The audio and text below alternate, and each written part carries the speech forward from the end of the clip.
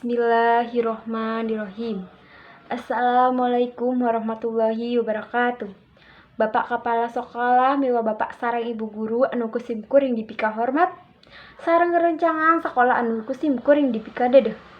Sata acana mangga urang panjatkeun puji sareng syukur ka Gusti Allah Subhanahu wa taala anu atos mapari rahmatna ka urang sadaya dugi ka tiasa kempel di tempat ieu.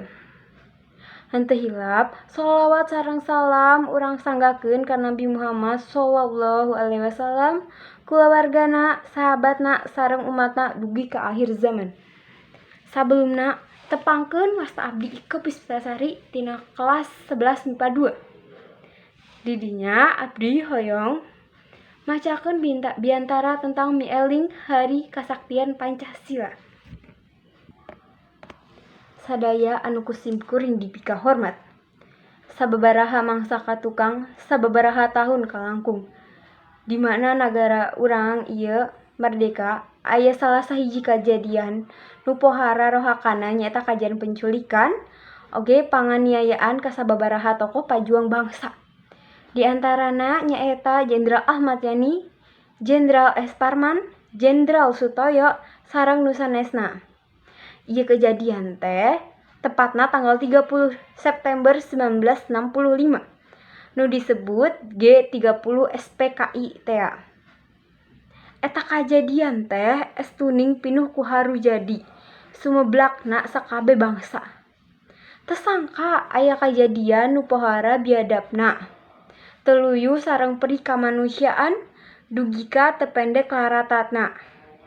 Tapi kuatna persatuan ngahijina patekadan utamana para perwira bangsa ti sakabeh angkatan ngabogaan kayakinan yen kandoliman, kabiadaban, jeung kamakmuran pasti bakal kabongkar.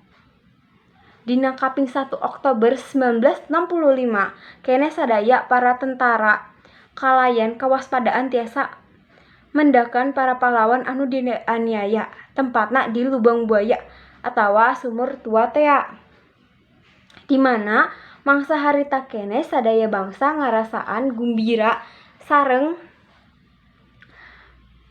yakin yen Pancasila nu disemboyankeun ku Bhinneka Tunggal Ika dijadikeun ciri kana kokohna perjuangan bangsa nu disebut Pancasila Sakti. Ku kituna ieu teh mangrupikeun sumangat atanapi bahan keur sakuna bangsa pikeun pitulangan kana jadina Hari Kasaktian Pancasila. Rupina mung sakitu anu tiasa kapihatur ti sim kuring. Hapunten bili anu kasuhun, bili dina biantara ieu aya pisanggem anu kirang marenah.